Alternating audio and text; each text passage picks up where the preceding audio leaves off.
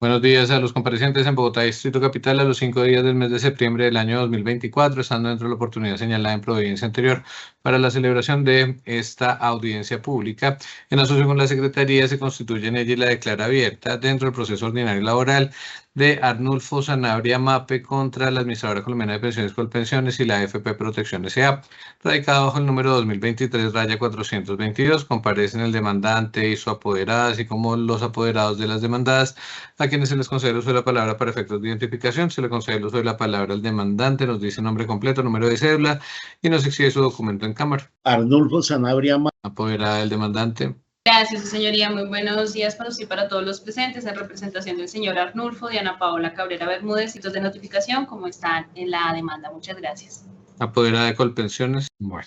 cumplido lo anterior y por ser procedente, se constituye el despacho en etapa de juzgamiento, advirtiendo que en sesión anterior pues se practicaron las pruebas, se cerró el debate probatorio y los apoderados de las partes formularon sus respectivas alegaciones. El despacho se constituyó en etapa de juzgamiento y pues se empezó haciendo un análisis respecto de los antecedentes, haciendo un resumen de lo pretendido en la demanda, los fundamentos fácticos y jurídicos de ella, las contestaciones presentadas por las accionadas. Igualmente se hizo alusión a lo pretendido en el marco de la demanda de reconvención formulada por Protección respecto del demandante, sus sustentos fácticos y jurídicos, y pues estábamos en el resumen de la contestación de esta demanda por parte del accionante, quien pues en términos generales se opuso a la prosperidad de esas pretensiones, generándose un inconveniente al operador judicial que impidió continuar con la diligencia y pues fijándose la fecha del día de hoy para continuar en el estado en que nos encontramos. Entonces, retomando en la etapa de pues, antecedentes, específicamente en cuanto a la contestación de la demanda de reconvención, pues se reitera, pues el demandante y demandado en reconvención se opuso a la prosperidad de lo pretendido, no admitiendo los hechos de la demanda de reconvención y proponiendo las excepciones que se relacionan en el respectivo escrito de réplica, las que el despacho se abstendrá de reproducir por razón de economía y celeridad procesal. Tramitado el negocio en legal forma y no observándose causal de nulidad que invalide lo actuado, procede el despacho a proferir la sentencia objeto de la presente audiencia previa a las siguientes consideraciones. De los términos de vinculación del accionante al Sistema General de Pensiones, pretende el demandante, de manera principal, se declare la ineficacia de su vinculación o traslado del régimen de prima media con prestación definida de ahorro individual con solidaridad, verificado con ocasión de suscripción de formulario de afiliación con destino a la AFP Protección S.A. Ahora bien, con miras al esclarecimiento de los hechos, militan como pruebas relevantes el formulario de afiliación del demandante a Pensiones y Cesantías Protección S.A., suscrito el 1 de agosto del año 2000 en un escenario de traslado de régimen pensional, destacándose en el documento que la entidad anterior corresponde al Instituto de Seguros Sociales, que ha cotizado más de 150 semanas en el Instituto de Seguros Sociales. Se registra la información personal y laboral del accionante junto con la relación de beneficiarios, entiende el despacho, para efectos de el eventual reconocimiento o cobertura del riesgo de la muerte. El documento se encuentra suscrito por el representante del empleador, por el demandante, por un ejecutivo de cuenta de la AFP y pues por un representante igualmente de la AFP, quienes con sus respectivas firmas avalan la información que se registra en el reseñado documento. Ahora bien, milita igualmente un formato denominado Asesoría Pensional Protección Comparativo de la pensión entre los regímenes de ahorro individual y prima media para el 18 de junio del año 2000, en donde, pues en términos generales, pues se hace un comparativo respecto de la situación del demandante, entiende obviamente el operador judicial, bajo las previsiones de la normatividad que en ese momento aplicaba, que era la Ley 100 de 1993, que para ese momento aún no había sido reformada por la Ley 797 del 2003. Y es por ello pues que entiende el despacho, pues se hacen las proyecciones en los términos que allí se consignan respecto pues del accionante. Se reseñan cuáles fueron los parámetros tomados para efectos del cálculo. Se incluye adicionalmente un estimativo de un bono pensional con el salario que para el momento presentaba el demandante, teniendo en cuenta pues la edad de su cónyuge, pues la fecha correspondiente. Milita copia del reporte SEAF emitido por Asofondos en el que se registra el traslado de régimen pensional del demandante para el 1 de agosto del año 2000, originado en el Instituto de Seguros Sociales y con destino a protección con efectividad, pues a partir del 1 de agosto y con ocasión de solicitud del, del 16 de abril, del 28 de junio del año 2000. Milita igualmente en este contexto un formulario de reasesoría pensional efectuado por Protección y suscrito por el demandante, calendado en el mes de octubre del año 2010, en donde pues se registra pues la comparecencia del demandante, el recaudo de información de edad, tiempo de cotizaciones en el régimen de ahorro individual. Se indica que el motivo de la reasesoría obedece a invitación del Ejecutivo. Nótese que allí no se indica que haya sido por iniciativa del accionante. Se indica que luego de ese procedimiento de reasesoría, el demandante toma la decisión de quedarse en ese momento en protección. Y se precisa que pues, la reasesoría se da en el 2010 de acorde con la normatividad vigente. Se consigna el nombre del ejecutivo o consultor o empleado de protección y la firma del demandante en una parte en donde declara que ha recibido información y cálculos de la pensión y que pues la información que ha recibido es clara. Igualmente milita un formato o una impresión de un simulador pensional Aspen de fecha 1 de octubre del 2010, en donde se hace una proyección de la pensión en el régimen de ahorro individual. Se precisa, pues en términos generales, el cálculo que pues, se efectúa de cara a la prestación. Para ese momento en específico, se señala el presupuesto de la pensión en el Instituto de Seguros Sociales sin régimen de transición, efectuándose igualmente pues el proyecto correspondiente. El documento se encuentra suscrito por el demandante, quien con su firma pues avala que efectivamente recibió la información que pues registra el documento. Se anota allí que cuáles son las convenciones para efectos de interpretar la información correspondiente. Milita igualmente una comunicación de reconocimiento de pensión de vejez al demandante a partir del 31 de diciembre del año 2020, en donde se precisa que se le notifica el reconocimiento de la pensión de vejez, que de acuerdo con el análisis efectuado para el derecho, esta será reconocida a partir del 31 de diciembre del año 2020 bajo la modalidad de retiro programado, que el detalle de la prestación es reconocida por 1.024.606 pesos por 14 mesadas al año. y se señala que habría un valor de retroactivo desde el 31 de diciembre del 2020 hasta el 30 de enero del 2021. Pues en ese, digamos, como en ese escenario. Se le suministra igualmente pues la información respecto de qué se requiere para efectos de su inclusión en nómina y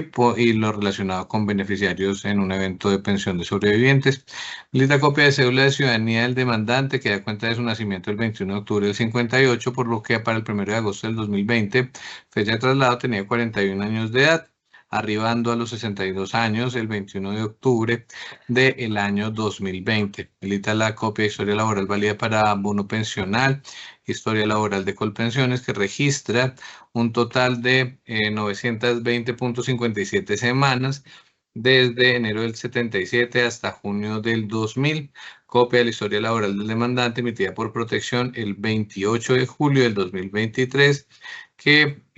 o en la que se registran 923.71 semanas en otro régimen, 8.57 semanas en otros fondos y en protección 384.43 semanas para un total de 1.316.71 semanas. Se practicó diligencia de interrogatorio de parte con el demandante, quien en términos generales pues relata las condiciones en las que se habría llevado a cabo el proceso de afiliación al régimen de ahorro individual. Con ocasión pues del traslado de régimen, pues reconoce haber recibido pues alguna información, aun cuando no precisa específicamente qué información puntual pues se habría recibido dentro de ese contexto. Ahora bien, dentro de este escenario, conviene señalar por parte del despacho que tratándose de solicitudes de ineficacia, es pertinente traer a colación lo previsto en el artículo 271 de la Ley 100 de 1993, que establece que en general, que el empleador en general, cualquier persona natural o jurídica que impida o atente en cualquier forma contra el derecho del trabajador a su afiliación y selección de organismos e instituciones del sistema de seguridad social integral, será acreedor en cada caso y por cada afiliado a una multa impuesta por las autoridades del Ministerio de Trabajo y del Ministerio de Salud en la forma allí prevista, destacándose que la afiliación respectiva quedará sin efecto y podrá realizarse nuevamente en forma libre y espontánea por parte del trabajador. Ahora bien, en relación con el alcance de esa disposición, la Sala de Casación Laboral de la Corte Suprema de Justicia, en sentencia SL 2929 del año 2022, en la que este operador judicial fungió como juez de primera instancia, destacó el deber de las AFP de suministrar a sus potenciales afiliados información objetiva, comparada y transparente sobre las características, ventajas y desventajas de cada uno de los regímenes y de las consecuencias jurídicas del traslado, que esa obligación existía desde cuando fueron creadas estas administradoras, que la carga de demostrar el suministro de la información de la calidad exigida por la alta corporación, pues corre por cuenta de la AFP. Pues la afirmación de no haber recibido información corresponde a un supuesto negativo indefinido que solo puede desvirtuar la AFP mediante prueba que acredite el cumplimiento de esta obligación, que la documentación soporte del traslado la debe conservar la administradora, pues es quien está obligada a observar la obligación de brindar información y probar ante las autoridades administrativas y judiciales su cumplimiento, y que no es razonable invertir la carga de la prueba en contra de la otra parte de la relación contractual laboral por la preeminencia que tienen las entidades financieras frente al afiliado, dada su posición en el mercado, profesionalismo, expertise y control de la operación, que la suscripción de formularios de inscripción por parte del afiliado, porque en el mismo se utilizan leyendas o afirmaciones como que la afiliación es libre y voluntaria, o que se efectúa libre, espontánea, sin presiones u otras similares, no exoneran a las AFPs de acreditar haber brindado información completa, objetiva y comparada de los distintos regímenes pensionales y de las consecuencias asociadas al traslado entre ellos, y que a lo sumo estas expresiones sirven para acreditar un consentimiento libre de vicios, pero no uno debidamente informado. Ahora bien, con fundamento en las pruebas documentales que dan cuenta precisamente del traslado del régimen pensional del demandante, pues advierte el despacho pues que al demandante, con fundamento en el formulario de afiliación y del documento denominado Asesoría Pensional del 16 de junio del año 2000, pues evidentemente habría recibido una información para efectos de establecer la conveniencia o no de afiliarse al régimen de ahorro individual con solidaridad. Dentro de este escenario, pues es evidente que al demandante al momento de la afiliación se le hizo una comparación o un cuadro comparativo de cómo sería eventualmente una prestación en el régimen de prima media y en el régimen de ahorro individual con solidaridad. Dentro de este escenario, pues se alude a una edad de 62 años, a que el valor en el régimen de ahorro individual en las condiciones que presentaba en el momento de la afiliación ascendería a 1.683.021 pesos sobre un ingreso base de 2 millones de pesos y que en el régimen de prima media en ese mismo escenario pues tendría una prestación de 1.700.000 pesos a la misma edad, presentándose inclusive un valor medianamente superior a lo que tendría en el régimen de ahorro individual. Evidentemente, en este escenario, pues advierte el despacho que el demandante recibió información respecto, pues, de características esenciales de ambos regímenes y de eventualmente cómo operaría un eventual reconocimiento prestacional. Ahora bien, dentro de este escenario, pues conviene entonces recordar que la Corte en sus pronunciamientos ha destacado que debe acreditarse que se recibió una información completa, objetiva y comparada de los distintos regímenes y de las consecuencias asociadas al traslado entre ellos.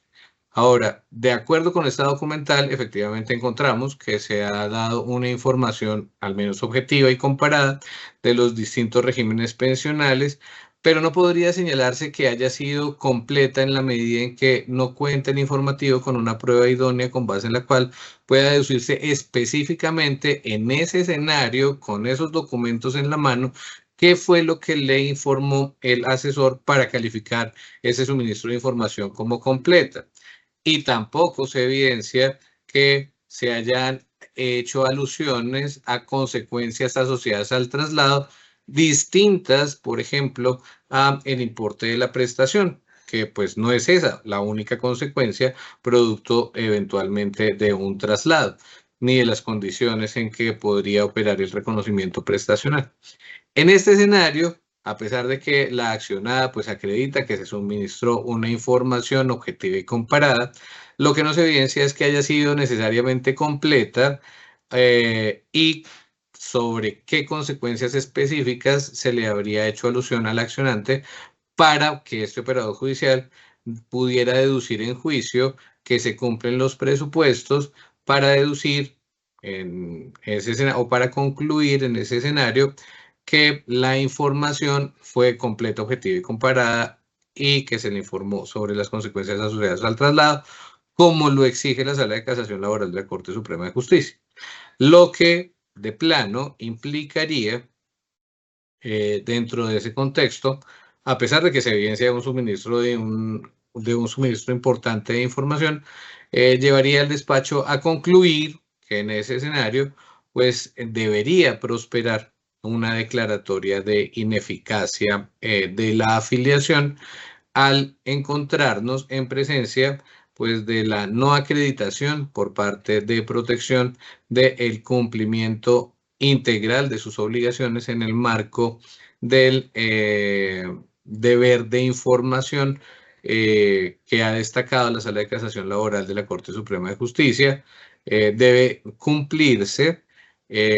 y pues evidentemente el efecto necesariamente implicaría la declaratoria de ineficacia de la afiliación. Ahora bien,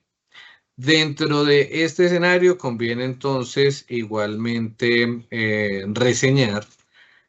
o rememorar que la Sala de Casación Laboral de la Corte Suprema de Justicia pues ha sostenido en recientes pronunciamientos que en este tipo de trámites judiciales, a pesar de que se evidencie el incumplimiento de las obligaciones en el marco de el deber de información, si el trabajador, o sea, al afiliado, le ha sido reconocida la respectiva pensión de jubilación en el RAIS, pues no es viable dentro de ese contexto declarar la ineficacia de la afiliación, pues básicamente porque pues, se trata de una situación consolidada y que ello implica retrotraer múltiples relaciones que hacen inconveniente inclusive para la sostenibilidad del sistema pensional el retrotraer pues todas las actuaciones al momento mismo de la afiliación, destacándose o dejando abierta la posibilidad que ante la no viabilidad de declarar la ineficacia de un traslado de régimen pensional en tratándose de pensionados por el régimen de ahorro individual, pues lo procedente o es viable que se evalúe o se ventile el reconocimiento de una indemnización de perjuicio.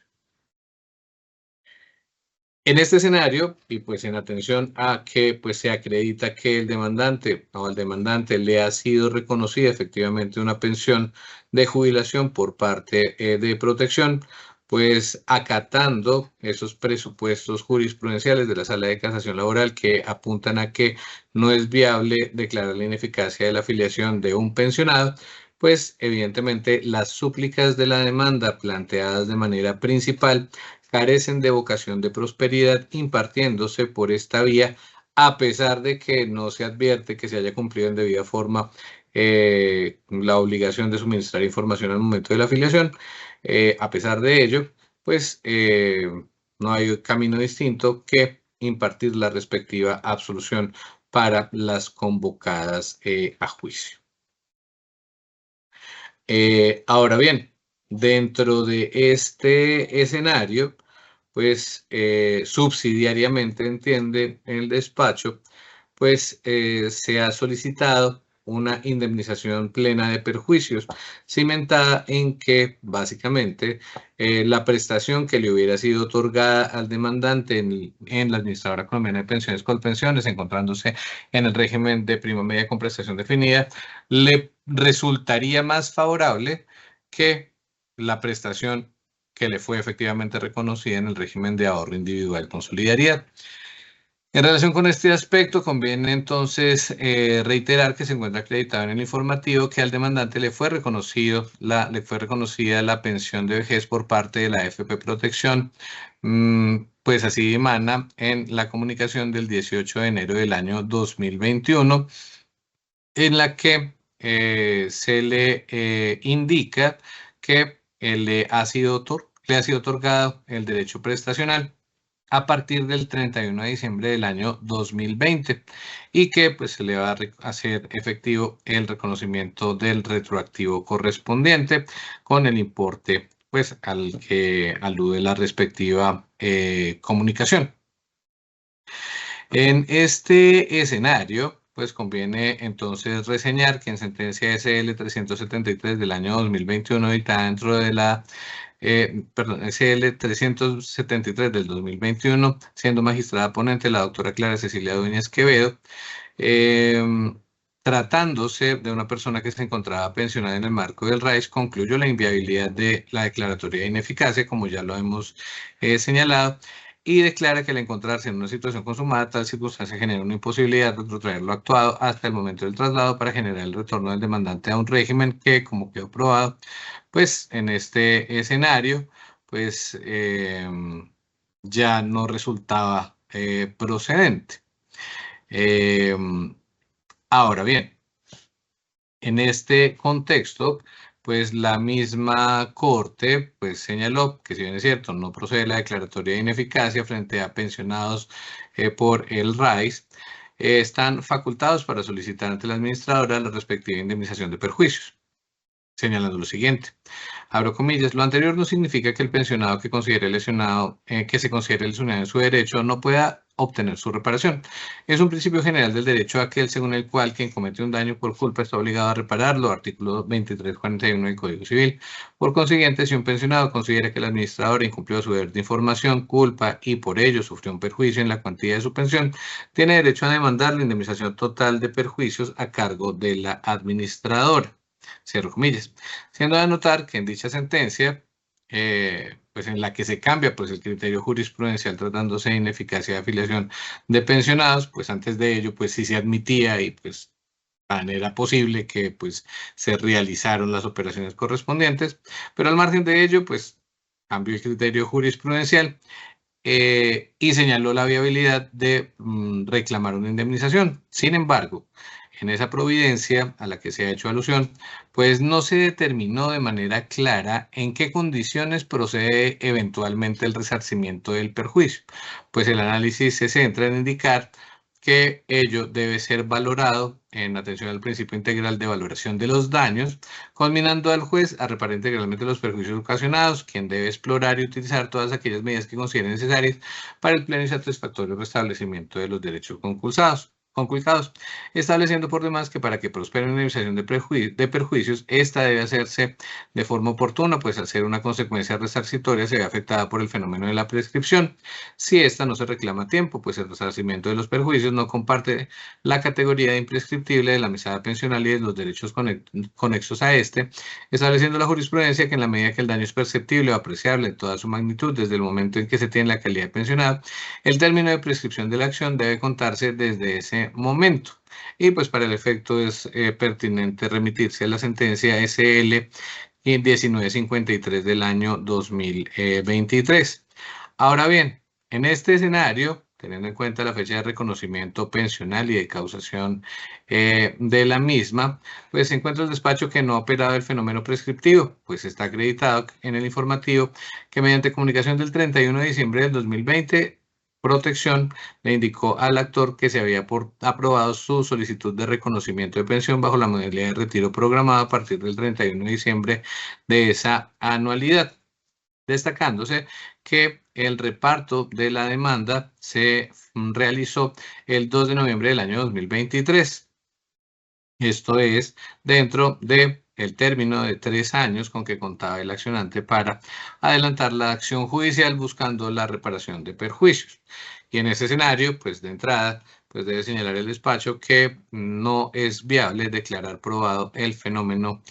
de la prescripción respecto de la acción indemnizatoria. Ahora bien, teniendo en cuenta lo anterior y al no ser la acción indemnizatoria de perjuicios ajenas al derecho laboral, en donde cabe la reparación del daño por la responsabilidad imputable a la AFP,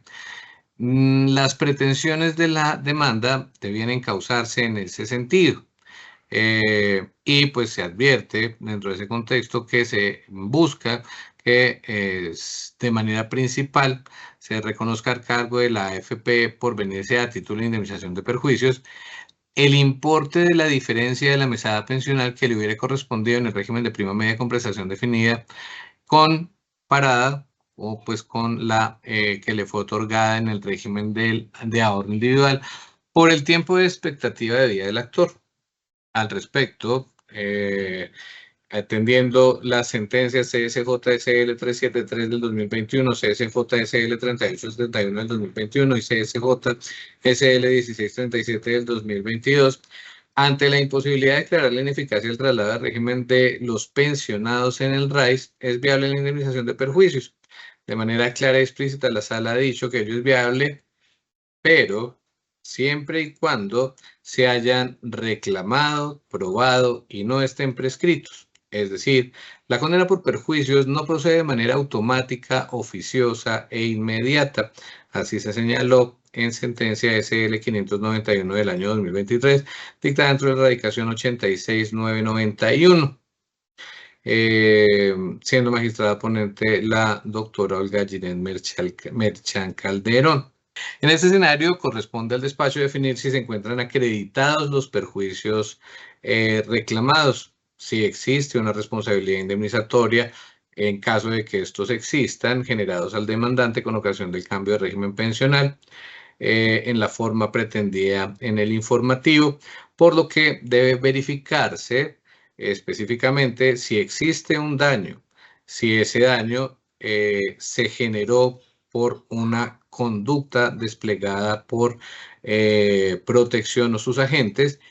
y si acreditada la conducta, existe un nexo de causalidad entre la conducta y el daño. Pues deben concurrir estos presupuestos. Ahora bien, se aduce dentro de este escenario la configuración de un daño respecto del demandante.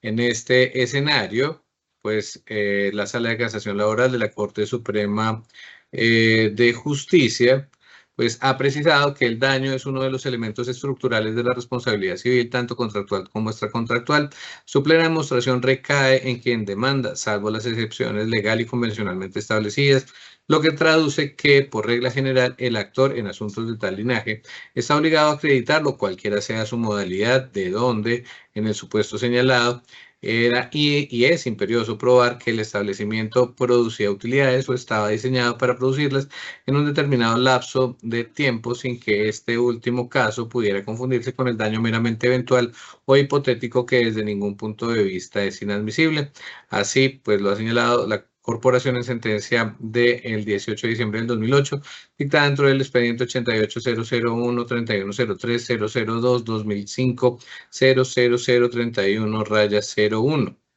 En este sentido, pues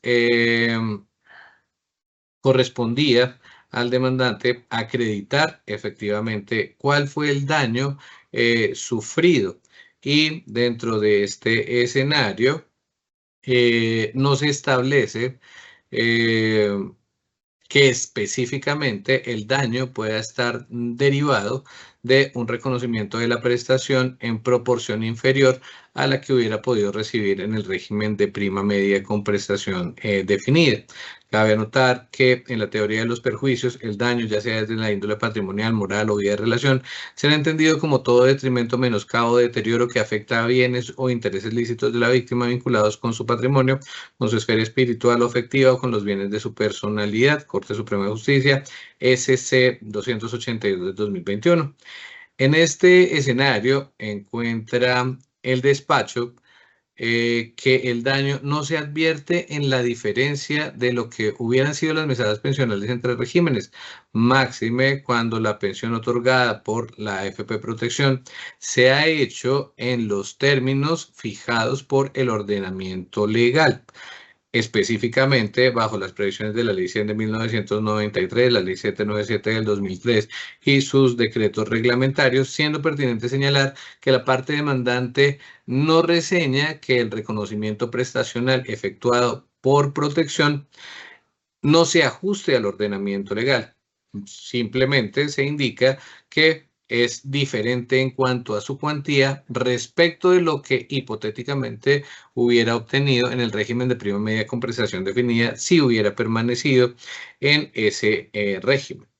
Ahora bien, conviene señalar que las diferencias existentes entre el régimen de prima media con prestación definida y el régimen de ahorro individual están definidas en la ley, y la Corte Constitucional, en sentencias C-538 del 96 y C-086 del 2002, ha declarado exequible el régimen de ahorro individual, indicando por demás que los dos regímenes pensionales creados por la Ley 100 del 93 son diferentes y excluyentes entre sí, y garantizan, aunque en forma diferente, el reconocimiento de la pensión y otras prestaciones en el marco del sistema general de pensiones.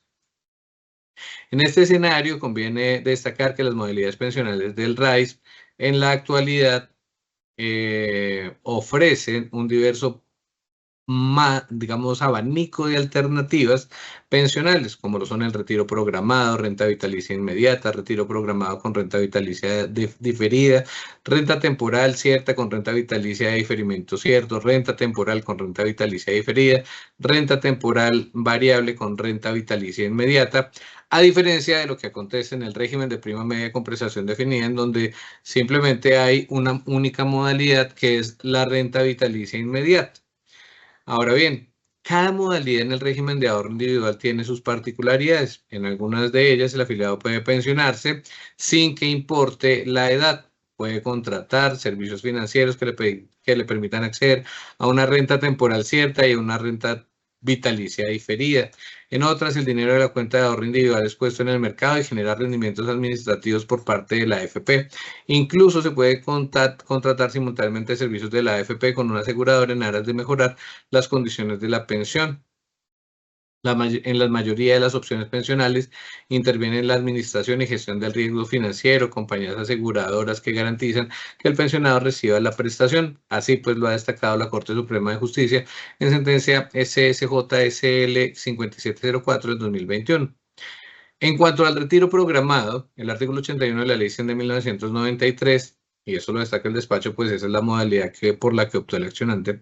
establece lo siguiente, abro comillas, es la modalidad de pensión en la cual el afiliado o los beneficiarios obtienen su pensión de la sociedad administradora con cargo a su cuenta individual de ahorro pensional y al bono pensional a que hubiera lugar. Para estos efectos se calcula cada año una anualidad en unidades de valor constante igual al resultado de dividir el saldo de su cuenta de ahorro individual y bono pensional por el capital necesario para financiar una unidad de renta vitalicia para el afiliado y sus beneficiarios. La pensión mensual corresponderá a la 12ª parte de dicha anualidad. El saldo de la cuenta de ahorro pensional mientras el afiliado disfruta de una pensión por retiro programado no podrá ser inferior al capital requerido para financiar al afiliado y a sus beneficiarios una renta vitalicia y un salario mínimo legal mensual vigente. Lo dispuesto en el inciso anterior no será aplicable cuando el capital ahorrado más el bono pensional, si hubiera lugar a él, conduzcan a una pensión inferior a la mínima y el afiliado no tenga acceso a la garantía estatal de pensión mínima. Cuando no hubiera beneficiarios, los saldos que queden en la cuenta de ahorro al fallecer el afiliado que esté disfrutando de una pensión por retiro programado acrecentarán la masa sucesoral. Si no hubiese causavientes, dicha suma se destinará al financiamiento de la garantía estatal de pensión mínima, cierro comillas. Lo anterior al paso que en el régimen de prima media con prestación definida, pues para acceder a la prestación se requiere acreditar una densidad de semanas de cotización específicas y el cumplimiento de la edad definida por el ordenamiento legal. Cabe anotar que en ese escenario se disfrutará la pensión de manera vitalicia y si existen beneficiarios habrá una pensión de sobreviviente. Pero en el hipotético escenario en el que no existan beneficiarios de esa pensión de sobreviviente, pues si subsistiera un saldo, pues no habría lugar a que entrara a formar parte de la masa sucesoral. Esto lo destaca el despacho en la medida en que ambos regímenes son distintos y no se puede cimentar el hipotético daño o el perjuicio sufrido en exclusivamente el importe de la mesada pensional cuando en cada uno de los regímenes influyen distintos factores para su determinación, que pues evidentemente pues implican que no pueda cuantificarse de una manera tan básica digamos, una indemnización o una reparación por un eventual perjuicio reseñado. Amén que no podría entender el despacho o no entendería este operador judicial que efectivamente haya un daño en el marco del régimen de ahorro individual con solidaridad cuando se reconoce la prestación en los términos fijados por el ordenamiento legal y en las condiciones fijadas por el ordenamiento legal. Condiciones que si no le satisfacen al afiliado, pues no conducen a que pues deba hacerse una mezcla o una mixtura entre regímenes para que en el RAIS se le otorgue la prestación en las mismas condiciones que hubiera sido en el régimen de prima media con prestación definida a título de indemnización, tornando un concepto indemnizatorio en un concepto pensional que pues evidentemente el ordenamiento legal no lo contempla de esa manera. En este escenario, el perjuicio no puede ser analizado desde la óptica de la diferencia en las mesadas pensionales de uno y otro régimen, por cuanto la misma se calcula desde perspectivas diferentes y conforme a la reglamentación de la ley. En este sentido, pensar que el daño se causa al reconocerse una pensión que se estima fue menos beneficiosa, viéndose desde la óptica de la cuantía, significaría que el mismo daño fue creado inclusive por el mismo legislador al establecer dos regímenes pensionales con modalidades de pensión diferentes. Caso en el cual, pues, el daño no se estaría generando por cuenta de la omisión del deber de información por parte de la AFP, sino por el mismo legislador que pues reguló el sistema general de pensiones en unos términos que ahora pueden parecer inequitativos, pero que pues se ajustan al ordenamiento legal en los términos en que pues ha sido regulado. En este contexto, pues no puede deducir el despacho la presencia del daño solo desde la diferencia de la cuantía de la pensión, siendo de destacar por demás que más allá de establecer que el perjuicio se ve evidenciado en una diferencia de mesada pensional, lo cierto es que la parte actora no acredita en el informativo que sus condiciones sociales, culturales, académicas y económicas, con ocasión del reconocimiento de la prestación en los términos efectuados por protección, hayan generado algún detrimento específico que hayan implicado que no pudiera subsistir en condiciones dignas en determinado momento o que haya incumplido algún tipo de obligación que antes del reconocimiento pensional pues hubiera podido estar atendiendo, como para que válidamente uno pudiera reseñar que el importe de la mesada, que dicho sea de paso, ni en el régimen de prima media con prestación definida, ni en el régimen de ahorro individual con solidaridad, es del 100% del ingreso de lo que pudiera venir percibiendo el afiliado. Es un apoyo, pero no es un mecanismo que reemplaza integralmente los mecanismos de subsistencia económica y digna de los respectivos afiliados cuando entran a disfrutar de la prestación. Porque nótese que la prestación en el régimen de prima media con prestación definida no va más allá del 80% del ingreso base de liquidación.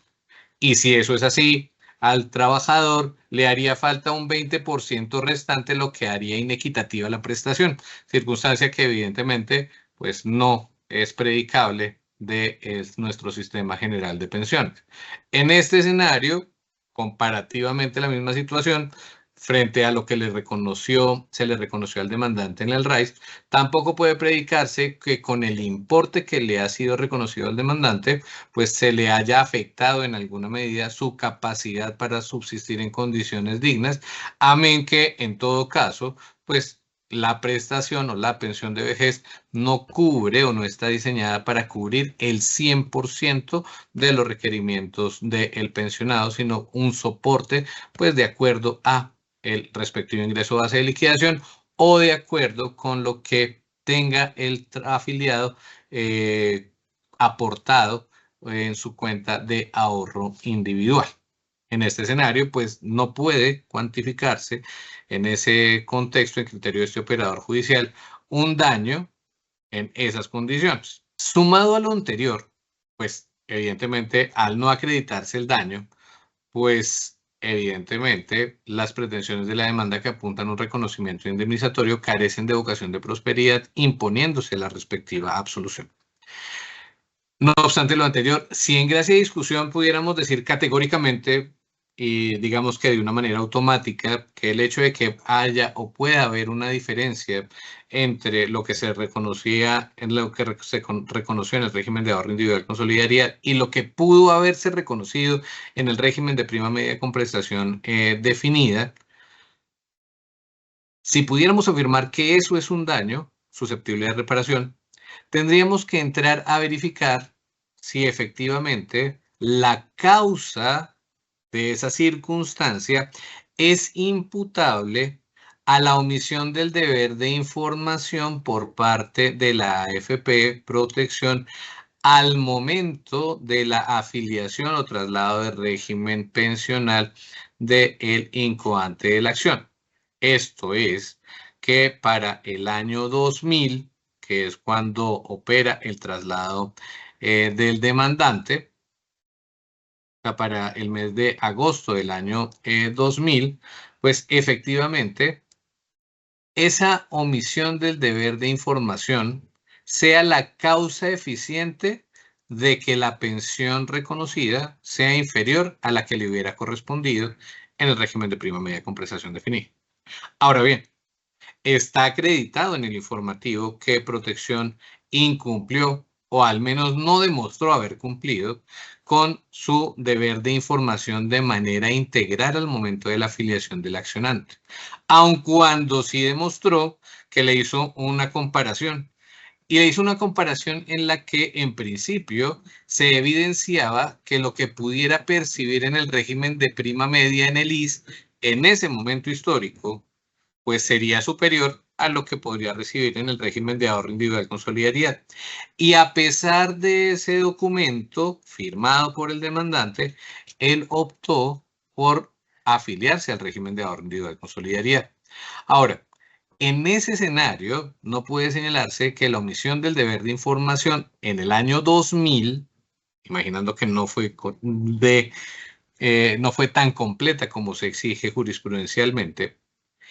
esa omisión del deber de información no encuentra el despacho que tenga un nexo de causalidad necesario que conduzca a que el demandante haya percibido una pensión inferior a la que pudiera haber recibido en el régimen de prima media. Se le informó en su oportunidad que esa era una posibilidad, que podía recibir una prestación en una cuantía inferior a aquella que podía recibir en el régimen de prima media. Y a pesar de esa información, el demandante se mantuvo afiliado al régimen de ahorro individual con solidaridad desde los 40 años de edad, siendo pertinente señalar que con ocasión de la expedición de disposiciones legales, como lo son la Ley 797 del 2003, disposiciones que reglamentaron el régimen de ahorro individual con solidaridad, en el que se modificaron, por ejemplo, los términos de calcular las expectativas de vida o de determinar los ingresos bases de liquidación o la incidencia de tener beneficiarios o no para efectos de cuantificar una prestación de acuerdo con el capital, pues evidentemente no podían preverse al momento de la suscripción del formulario de afiliación.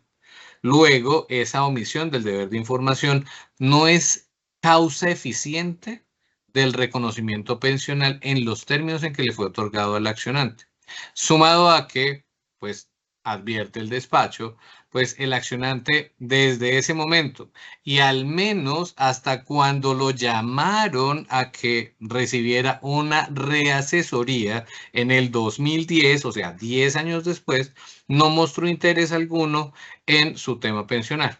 Y es más, en el 2010, cuando le hacen su procedimiento de reasesoría, pues él mantiene su determinación de permanecer en el régimen de ahorro individual con solidaridad, situación que tampoco encuentra el despacho que necesariamente pudiera catalogarse como una decisión equivocada, dada la forma en que se había estructurado su derecho pensional y dados los tiempos de cotizaciones o las interrupciones en las prestaciones de servicio que se hubieran podido generar. Nótese que desde que empezó a trabajar el demandante no puede señalarse que su condición haya sido equivalente o la misma y que haya sido inmutable. Y en ese escenario, pues el hecho de tomar una decisión en determinado momento, de acuerdo con lo que decía el ordenamiento legal, pues no podría imputarse en su totalidad a que eventualmente al momento de la afiliación se le hubiera dejado de suministrar alguna información en particular. Y aún en el evento en el que pudiéramos señalar que esa particularidad o esa omisión del deber de información fue causa eficiente de ese, digamos, de esa diferencia en la mesada, que no lo es, o sea, no es causa eficiente, tampoco podría el despacho entrar a cuantificar en qué proporción el suministro de qué información específica genera el reconocimiento de una indemnización confrontado con la eventual desidia del demandante a lo largo de su afiliación o su desinterés en conocer los términos en que pudiera eventualmente reconocerse una pensión en cualquiera de los dos regímenes. Ahora bien, el legislador, cuando emitió la Ley 100 de 1993, partió, entiende este operador judicial, de la premisa de que había la cultura suficiente en nuestro país, de todos los ciudadanos, como si estuviéramos en Finlandia, de que se estructura y se hace un plan de vida de cara a la consolidación de un derecho pensional.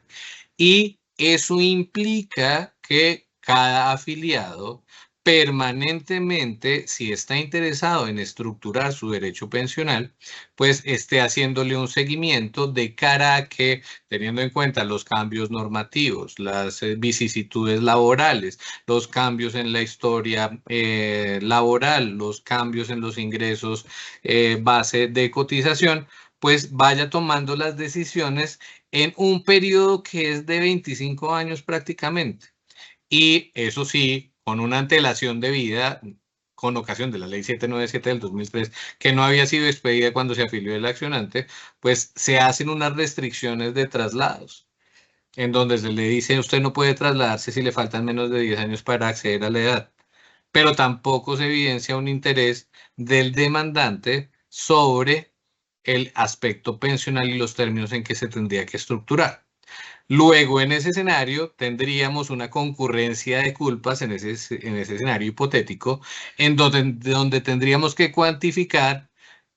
qué responsabilidad le cabe al demandante como afiliado que nos interesó y cuál porcentaje sería el que daría lugar, ¿sí?,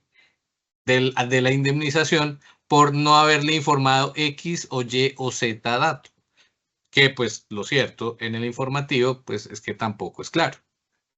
En la medida en que pues no podría señalarse que la pensión del señor se haya visto disminuida en 100.000, 200.000 pesos, ¿sí? Como consecuencia de que en el año 2000 nos le hayan explicado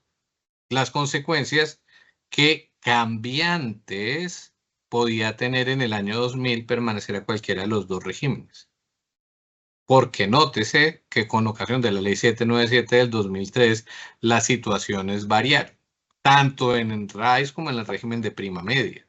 Y las regulaciones respectivas en cuanto a las modalidades de la pensión en el RAIS, pues también ha venido cambiando. La creación de los determinados multifondos, los rangos o digámosle los fondos de inversión de determinado riesgo, dependiendo de la edad. Todo ese tipo de cosas no podían preverse en el año 2000.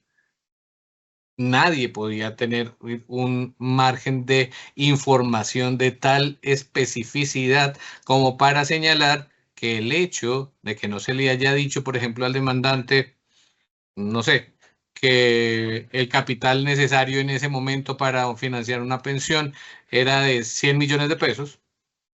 haya sido el determinante de que haya permanecido en el RAIS y que le hayan reconocido una pensión de aproximadamente 1.000.000 de pesos. Máxime cuando el aspecto relacionado con el capital o todo lo demás también ha venido variando normativa y reglamentariamente a lo largo pues, de la historia del Sistema General de Pensiones.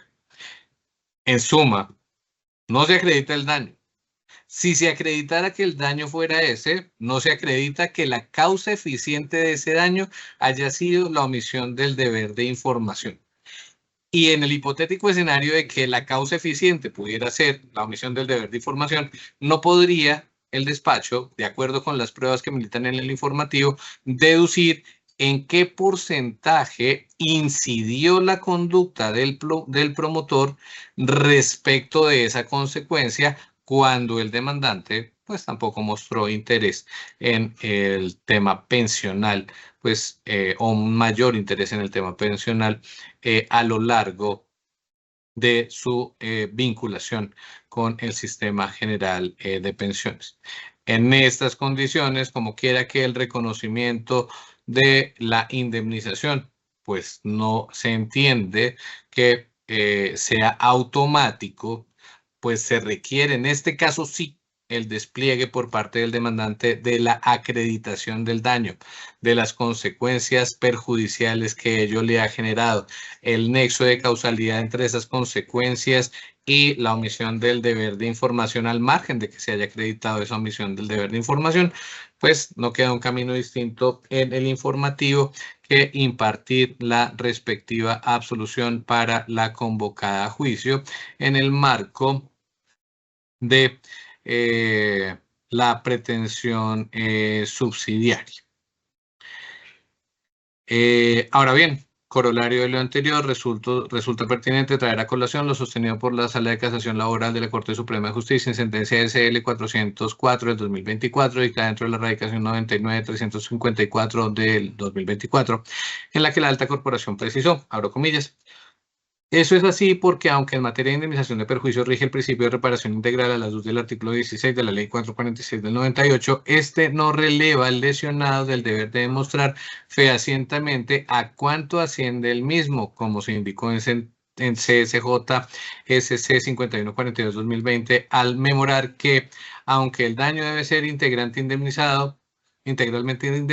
ello no significa que la víctima esté liberada de probarlo y fijar su cuantía, pues la Corte tiene dicho que, como de conformidad con el principio de la necesidad de la prueba, artículo 174 del Código de Procedimiento Civil, toda decisión judicial debe fundarse en pruebas regular y oportunamente alegadas al proceso. El reconocimiento judicial de una pretensión que tenga como objeto la indemnización de perjuicios supone la demostración de todos y cada uno de los elementos que configuran la tutela jurídica de dicha pretensión, incluyendo, por supuesto, el daño, salvo aquellos eventos que de presunción de culpa, de conformidad con la doctrina de la Corte y la presunción de daños de acuerdo con la ley, como en los casos de los artículos 1599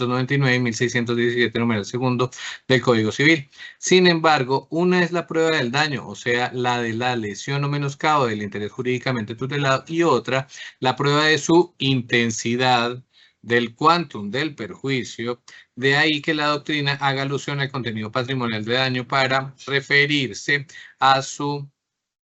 intensidad, es decir, a su valor en moneda legal, dinero como patrón de referencia para determinar la mesura, por cuanto considera que dada su simplicidad y universalidad es el que más conviene al tráfico de las reparaciones, caso en el cual opera una reparación por equivalencia o propiamente indemnizatoria por oposición a la reparación natural que implica volver a las cosas al estado que tendrían si no hubiera ocurrido el hecho dañoso. CSJ SC 9 de agosto 1999, radicación 4997. En este escenario y pues de cara a pues una consecuencia indemnizatoria, se había solicitado que se reconociera la diferencia de mesada pensional respecto de la cual hubiera sido otorgado por el régimen de prima media, destacándose que actuar en un sentido de esa naturaleza significaría ordenar a protección que reconozca una pensión de vejez en los términos del régimen de prima media con prestación definida, régimen que no está a su cargo de administrar y que se exhibe abiertamente incompatible con el régimen de ahorro individual que administra. Al respecto, también es conveniente traer a colación lo sostenido por la Sala de Casación Laboral de la Corte Suprema de Justicia en sentencia SL 2924 del 2023, dictada dentro de la radicación 95085, en la que se indica lo siguiente, abro comillas, para la Sala resulta insuficiente y restrictivo delimitar el daño únicamente a la diferencia entre el valor de las mesadas pensionales de uno y otro régimen. No debe olvidarse que el régimen de ahorro individual comprende unos beneficios y prerrogativas económicas que deben ser igualmente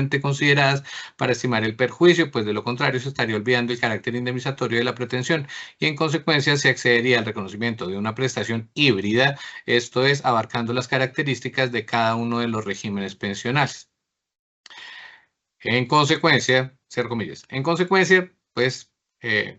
bajo los presupuestos reseñados, pues tampoco hay lugar a la prosperidad de la súplica indemnizatoria, impartiéndose la respectiva absolución. Excepciones, dadas las resultas del juicio, el despacho se considera relevado del estudio de las propuestas. Costas, dada la naturaleza de lo debatido y que pues el resultado de esta providencia es producto de valoraciones jurisprudenciales que se requerían para dilucidar la controversia. Considera el despacho que no hay lugar a causación de costas en la instancia. En mérito de lo expuesto, el Juzgado 38 Laboral del Circuito de Bogotá, Distrito Capital, administrando justicia en nombre de la República y por autoridad de la ley, resuelve, primero, absolver a la Administradora Colombiana de Pensiones Colpensiones y a la Administradora de Fondos de Pensiones y Entidades Protección S.A. de todas las pretensiones, tanto principales como subsidiariamente planteadas en la demanda por Arnulfo Sanabria Mape, lo anterior específicamente por lo anotado en la parte motiva de esta providencia. Segundo, excepciones. Dadas las resultas del juicio, el despacho se considera relevado de las propuestas. Tercero, en relación con la demanda de reconvención, dadas las resultas del juicio, pues el despacho se considera relevado el estudio de la misma por sustracción de materia. Cuarto, sin costas en la instancia. Quinto, si no fuera apelado oportunamente la presente sentencia, consúltese con el superior. Las partes quedan notificadas en estrados. ¿Alguna manifestación apoderada parte demandante? Gracias, su señoría. Voy a presentar recurso de casación. Perdón, recurso de apelación, ya me le fui muy lejos. Pues podría ser una per saltum, pero pues no lo sabría decir. No, creo que el de protección y colpensiones quieran negociar. Okay. Pues, bueno, listo. Entonces, ¿qué es lo que va a proponer, doctora? Perfecto, su señoría. Entonces, conforme al traslado que me fue concedido, me permito presentar el recurso de alzada deprecando a los honorables magistrados de la Sala Laboral del Tribunal de Bogotá se revoque la sentencia de primera instancia y en su lugar se contengan las pretensiones y los tópicos a tratar dentro del proceso, dentro del presente recurso. Son, primer tópico, el demandante tiene la calidad de afiliado con la AFP Protección por no existir un contrato de reconocimiento pensional, desconociendo el precedente jurisprudencial. Ha de resaltar que las proyecciones pensionales que se allegaron dentro de la reforma que se realizó en la demanda como en la demanda, realizadas por Protección tanto para el año 2000 como para el 2010, presentan varias falencias en su realización por parte del representante de Protección. Si entramos a analizarlas, para el año 2000 se liquidó la mesada pensional en un 84% para el fondo privado y en un 80% para Colpensiones o Instituto de Seguro Social. Tasas de reemplazo que eran inexistentes, por cuanto para dicha data esas tasas de reemplazo no existían ni se ajustaban a la norma de dicha época, que era la ley 100 del 93. Que dicha mesada pensional entre el fondo privado y Colpensiones fue liquidada por el asesor en este documento llamado ASPEN, teniendo unas diferencias mínimas entre un régimen y otro. Hablamos de 20.000 pesos mayor en Instituto de Seguro Social frente a la posible mesada que le reconocería el fondo privado. Por otra parte, la liquidación que se realizó para el año 2010 también cometió varias fallas, entre ellas ofrecer diferencias inexistentes en las mesadas pensionales entre Colpensiones y Protección, donde se elevó la mesada de Protección a 925.000 pesos, frente a la de Colpensiones se indicó que era la suma de 515.000 pesos, generando que el señor Arnulfo continuara con su afiliación al RAIS por creer como ciertas unas mejores condiciones inexistentes y continuando con el engaño en el tiempo, lo que fue determinante tanto para su traslado al RAIS como que se mantuviera en él. Con respecto a la calidad de afiliado que ostenta el demandante a hoy, como le he indicado, la Corte, en sentencias como la SL 1309 del 2021 de Fernando Botero Zuluaga, para tener la calidad de pensionado es necesario suscribir un contrato de la prestación que reconoce Protección, en este caso del retiro programado. La AFP Protección, mediante el comunicado de enero del 2021, aludió el otorgamiento de una pensión de vejez en un monto de 1.024.066 pesos, al no estar demostrado plenamente en el informativo que el señor Sanabria hubiese escogido previamente una modalidad pensional de las previstas en el artículo 79 de la ley 100. No puede considerarse que ostente la calidad de pensionado, pues claramente se advierte de dicha misiva que para aquella data se estaba adelantando los trámites para conceder dicha prestación y que se alcanzaba un estatus como lo ha considerado la Corte. Con todo así, si se aceptara en gracia de discusión que el asegurado seleccionó el modelo de retiro programado, lo que se insiste no está plenamente demostrado, debe precisarse que se escogiese tampoco conduce a sostener ni entender si se materializó y en cuanto el afiliado no suscribió ese contrato de ese retiro programado. Trámite que es necesario y debía efectuarse de manera previa para poder considerar la aceptación del demandante de tal modalidad, en tanto que en este documento contractual, donde se dan a conocer y se concuerdan las cláusulas que rigen aquella modalidad de pensión, como son los beneficios ofrecidos, los riesgos asumidos por el asegurado y las obligaciones de la parte, etcétera. En esa medida, la inexistencia o omisión de haberse surtido llevado a cabo dicho trámite preparatorio para obtener la prestación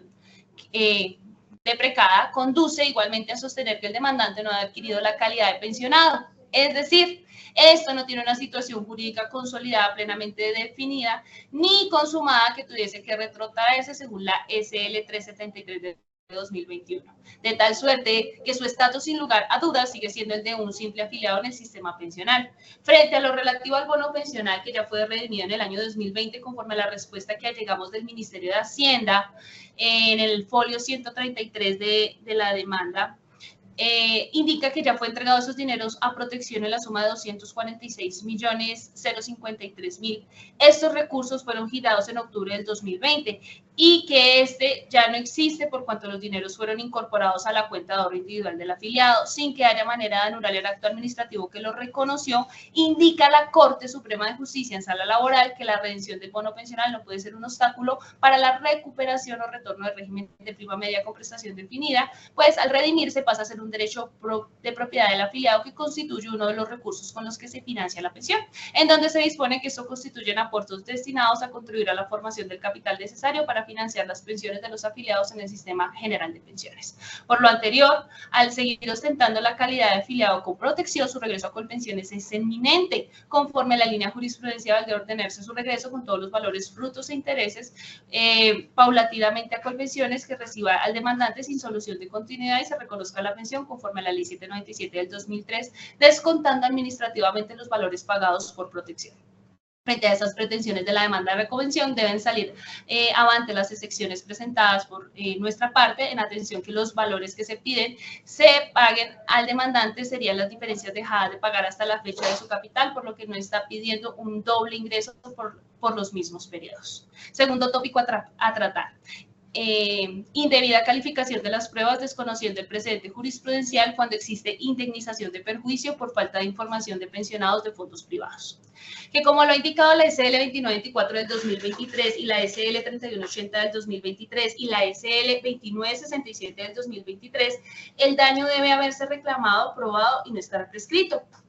Que, primero, el mismo fue reclamado en las pretensiones subsidiarias de la demanda, en el cual se solicita el reconocimiento y pago de una indemnización de perjuicios con ocasión a la falta de información al momento del traslado, y se pide una reparación integral, lucro cesante consolidado y futuro, por lo cual debe ser compensado en las diferencias de la mesada pensional que deben ser reconocidas al demandante y a sus beneficiarios cuando éste muera, para que exista una verdadera reparación en atención a que el derecho, al derecho vulnerado. Segundo, que el daño sea probado, lo cual se realizó de la siguiente forma. Primero, el señor Sanabria cuenta con más de 1.300 semanas cotizadas en el Sistema General de Pensiones, lo que se encuentra folio 44 del archivo 10 del expediente digital con su historia laboral emitida por protección y tiene 62 años de edad, lo que se encuentra folio 26 del archivo 10 del expediente para el momento de su reconocimiento pensional, de acuerdo a su cédula de ciudadanía. Segundo, que conforme al bono pensional, este ya fue remitido en la suma de 246.053.000 para el año 2020, más exactamente para octubre, conforme a lo manifestado por el Ministerio de Hacienda y Crédito Público a folio 133 del archivo 10 del expediente digital, como respuesta a nuestras peticiones de información del mismo, el cual se allega pantallazo de dicha redención. Tercero, que la modalidad de pensión que se otorga al señor Sanabria MAPE por parte de protección es un retiro programado, conforme al folio 50 del archivo 10 del expediente digital, quedan las incidencias de dicha modalidad que son o seguirán siendo inversiones con su capital, reajuste a favor o en contra de la pensión cada año. Cuarto, que conforme a como lo indica el oficio pensional, las beneficiarias del señor Sanabria son su esposa Mónica Padilla y su hija Karen Sanabria. Quinto, que conforme a lo contestado en el oficio llegado por protección a folios 115 y 116 del archivo 10 del expediente, no hay excedentes de libre disponibilidad pagados al señor Sanabria. Sexto, que la mesada pensional del señor Sanabria con Colpensiones fue calculada y presentada a folios 53 y 54 del archivo 10 del expediente digital, donde se indica que la ley 797 del 2023, la del señor Sanabria son 62 años, las semanas cotizadas 1.316, un IBL para toda la vida en valor de 2.443.769 pesos y una tasa de reemplazo del 69.16%, para una mesada pensional inicial de 1.567.790 para el año 2021. Séptimo, que las mesadas pensionales pagadas por protección que se demuestran a folio 50 y 51, así como el folio 127, donde está todo el historial de pagos del archivo 10 del expediente digital, iniciaban desde el año 2021 con una suma de 1.024.606 pesos. Octavo, quedando demostrado en la litis las diferencias que quedaron acreditadas y probadas con la liquidación de los folios ya mencionados, existiendo para el 2021 una diferencia de 543.185 pesos, para el 2022 de 631.294 pesos, para el 2023 de 713.153 pesos, para el 2024 de 746.982 pesos. Noveno, lo cual corresponde reconocer el lucro cesante consolidado y futuro. Adicional, con las sumas antes liquidadas se determina un lucro consolidado en la suma de 30.207.346 pesos y un lucro cesante futuro de 102.745.835 pesos, para un total de 132.953.181 pesos. Esto liquidado para la presentación de la demanda y su reforma en septiembre del 2023, conforme a la esperanza de vida según el DANI y las reglas de liquidación del lucro cesante futuro y consolidado. Décimo, que como fue manifestado en el interrogatorio de parte del señor Sanabria, tiene unos daños en su vida en relación en atención a su ingreso pensional, no alcanza a cubrir sus gastos y el de su núcleo familiar, y ha tenido que dejar de lado por la situación económica ir a hacer sus citas médicas, poder viajar a Ibagué, a visitar a sus hermanas, tener recreación, bajar la calidad de la alimentación.